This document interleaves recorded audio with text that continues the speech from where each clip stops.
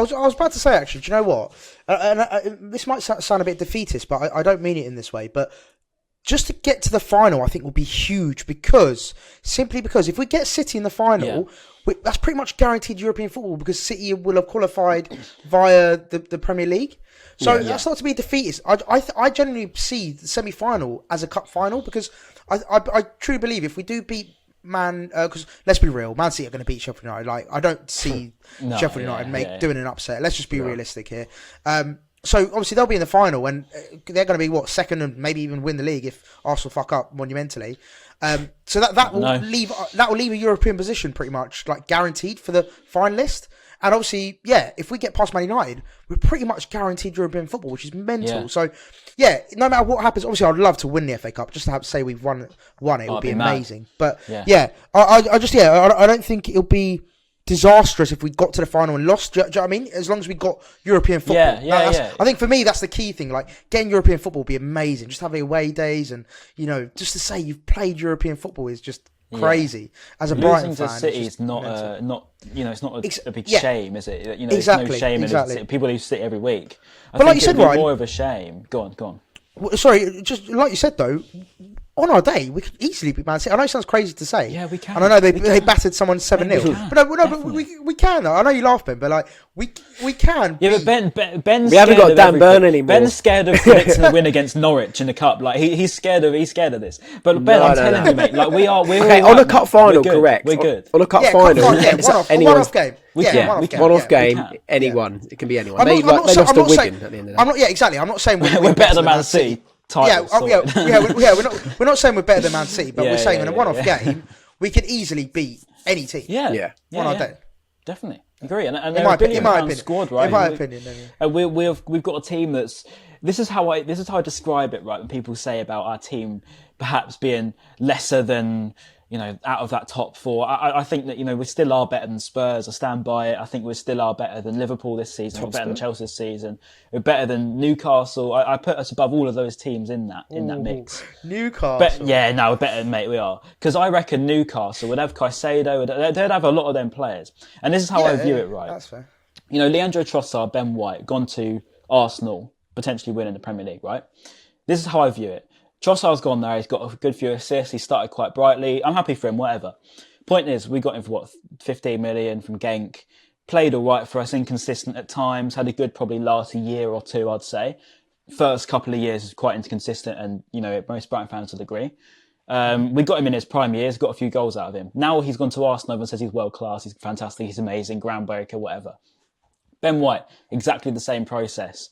And this is what I think is quite funny. Cucurella is probably an exception in this, and so is Basuma now. But you look at this team now, Caicedo, McAllister, easily Champions League players, right? You've got the likes of even Ferguson, who could be potentially in that bracket too in the future. Mitoma, definitely a Champions League player. You've got Solly March this season. He's a Champions League player. We thought we'd be saying that. Sure. We've got, Levi Cole, who's got the potential to be. Stupinian definitely is. Veltman is. We've got Lewis Dunk is. Dunk, yeah. This is just naming the whole team, basically. But this team is Champions League ready. When you read the team out, there's these teams, these big teams, associate them as top four, bigger, better players. We associate them as that next level. So why is it that as soon as they're wearing a Brighton shirt, they can't be? It's impossible. It's ridiculous. It's good for them to underestimate us, though. That's an advantage. I'm fine with it. But I mean, they're the same player, and if anything, they're better off here. In our system, what I'm trying to say? Yeah. No, mate, I 100% agree with you. I just think that because, do you know what it is? And this I'm speaking for myself here. I think because we haven't got the experience of, that in the past where we've either been really close to getting European football or Champions League, wherever it might be, we haven't really finished around, we haven't finished higher than ninth, So I think for me, it's that thing of like, can we do it? It's the unknown, Scared right? Of the unknown. Yeah, there you go. Yeah, it's the unknown. It's like, can we do it?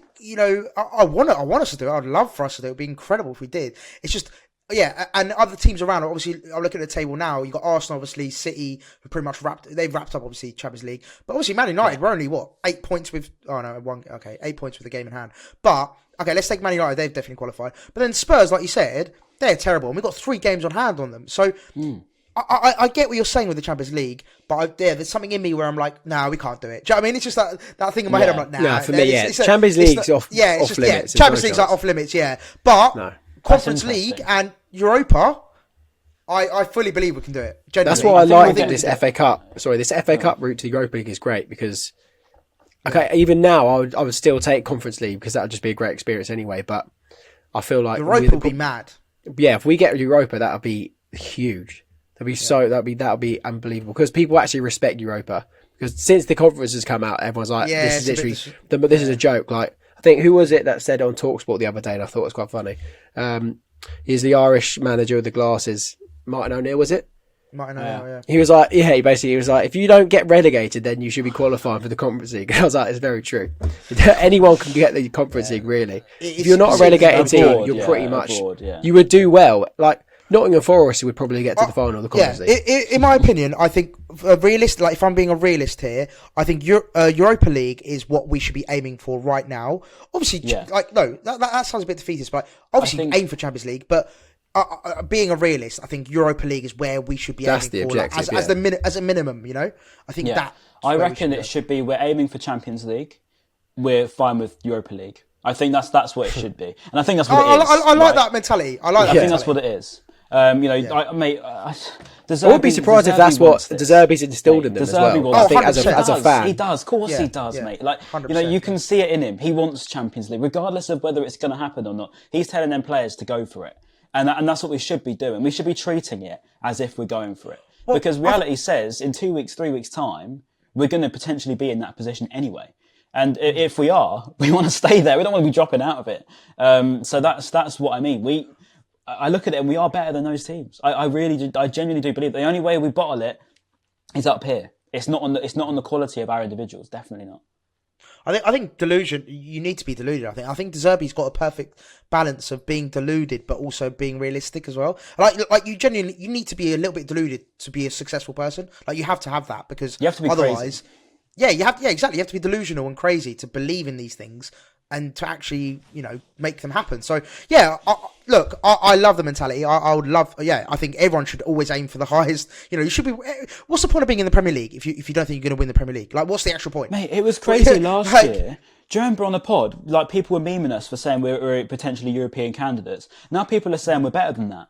So that's in the space of a year. I remember I said last year to my mates in a group chat on Snapchat, and I was like, by the way, lads, genuinely, we're the next miracle in England. And everyone was like, Ryan, you're so deluded. You're such an idiot. I mean, look at it now. I mean, it's not because I was delusional. I could see what we're doing. I mean, everyone that's a Brighton fan can see what we're doing. If you can't see it, you don't understand football. It's as simple as that. If you can't see it, you don't know what you're talking about. And I'd suggest learning more. But anyway, we'll move on. Speaking on, because I know we mentioned Tottenham earlier, and we're talking about people that are above us. The Telegraph have just said, tweeted now saying Tottenham are expected to part ways with Antonio Conte later this week. So there could be a shift. They could be getting a new manager. Whether that make them worse or better, who knows? Sorry, Conte's gone. Conte will be going. Yeah. Standard. Yeah, I mean, after his rant, it was impossible to stay. Yeah. I can live with that. I mean, realistically, I don't know. Won't that make them better though? And it will, because he honestly, they have been awful under him. It would have helped to have him to the end of the season, because they would have been awful and they wouldn't have done anything. I think their troubles are they're not a winning team, so they are notorious bottlers, regardless of this season. It's happened forever, isn't it? Tottenham, they get to the top 4 and then drop out. And then at most they get into the Champions League and then lose in the quarters, maybe in the semis, or in 2018's case in the final. I don't fear Tottenham. I just think that they're too much bottlers. The only thing that carries Tottenham is Harry Kane. As sort of like basic as it sounds, it's true. And they've got a weak midfield now. They've lost a lot of Bentancur, etc. I think we'll be all right. Conte obviously going's different, but I don't know. Realistically, if they get Poch back, they're going to be too nice again. And everyone knows that nice guys in football 2023 doesn't work. Doesn't it, Graham? But yeah, I don't know. We'll see. Anyway, so let's move on a little bit anyway, because we spoke about FA Cup Europe and all that quite a bit. We'll finish up on the last couple of goals actually, because we didn't mention those. Obviously, we had Mitoma. Who got the other one? So Ferguson got 2. Ferguson got 2. Solly March header. March got a header. Solly March. Mate, you know it's a mad season when Solly March scores a header. If you could honestly tell me the last time when you saw that man score a header, I can't. Great header as well, to be fair. It was a fantastic header. It was a diving header as well, and it was a good ball in from Webster, as you mentioned. And then obviously a world-class goal from Kaoru Mitoma rounded it all off. What a strike that was. But yeah. Absolute worldie. Yeah, it gave the Japanese fans what they wanted to see anyway. After probably it's not his best game in probably his own admission, but he still got a goal, so that's all that matters. But yeah, boys, anything else you want to add before we sort of wrap up this episode? Solly March, we talked about Solly March extension, didn't we? Yeah, we got Solly. No, we talked about Lallana contract. I think I don't know if we done the Solly. Well, Solly's got a new deal, so in case you missed it, which they does. In case you're living under a rock, I'd like to see Mitoma get another deal as well, to be honest, because I wouldn't be surprised if that's the next thing that we're working on, and Levi Colwell up next as well. Funny enough, I haven't actually watched the full video, but shout out to I think they're called the Beautiful Game podcast, or whatever. They interviewed Paul Barber. So how have you fluked that one? I haven't actually seen the full video, so I don't actually know exactly what was entailed. But he apparently talks about Mitoma, Seagulls Social, basically potentially leaving Evening, in the summer. Yeah. But basically, we're going to try and get Paul Barber on. So, Paul, if you're listening, or anyone who connected to the club is listening, we're going to try and get Paul Barber on the show. And we're going to get someone else as well potentially. Yes, special guest. But anyway, so that'll be interesting to see. Yeah, Mitoma's future, like you said, Ryan. Unless we sign him to a new deal, does that mean his future's up in the air? I don't think it will have an impact, but could be an interesting one to see how that develops. If Mitoma's so focused, if we do sign he just literally is like the footballing robot, isn't he? He's just ready for the next game, and like he is literally the definition of that one on Football Manager. It's just like, thanks, I'll just keep doing what I'm doing. Like he is that guy. Just keeps doing what he's doing every single time. Cheers, boss. Cheers, boss. To keep doing what I'm doing. And that's like Mitoma, in my opinion. He's just that guy that he's so switched on. He's so in that mindset of, I'm going to get better, I'm going to score, I'm going to get an assist every single game. And it shows, you can tell. Anyway, I don't think there is anything else from my end. A lot is going to change. A lot's going to change before the semi-final. It'll be interesting if it changes for the better for Man United or the worse for us. Mate, the last time that there's games in between now and then. We could suddenly drop out of form and be thinking, shit, what the hell? But it could go the other way and we're going to be thinking, we're going to whitewash it. No, we'll be fine. We'll be fine. Last time that I went away, Graham Potter left and pretty much everyone in the coaching staff did as well. So, by some miracle, we could be doing an emergency podcast. I'll have your plane ticket, Ryan. Anyway, boys, thank you very much for joining us as always. Make sure you are liking, commenting, subscribing on YouTube and streaming on Apple Podcasts, Spotify, and everything else that we're pretty much on. We're pretty much on everything nowadays. So, make sure you're supporting, and we'll see you probably the end of this week, perhaps next week. But cheers, lads. Bye-bye. Peace. In a bit.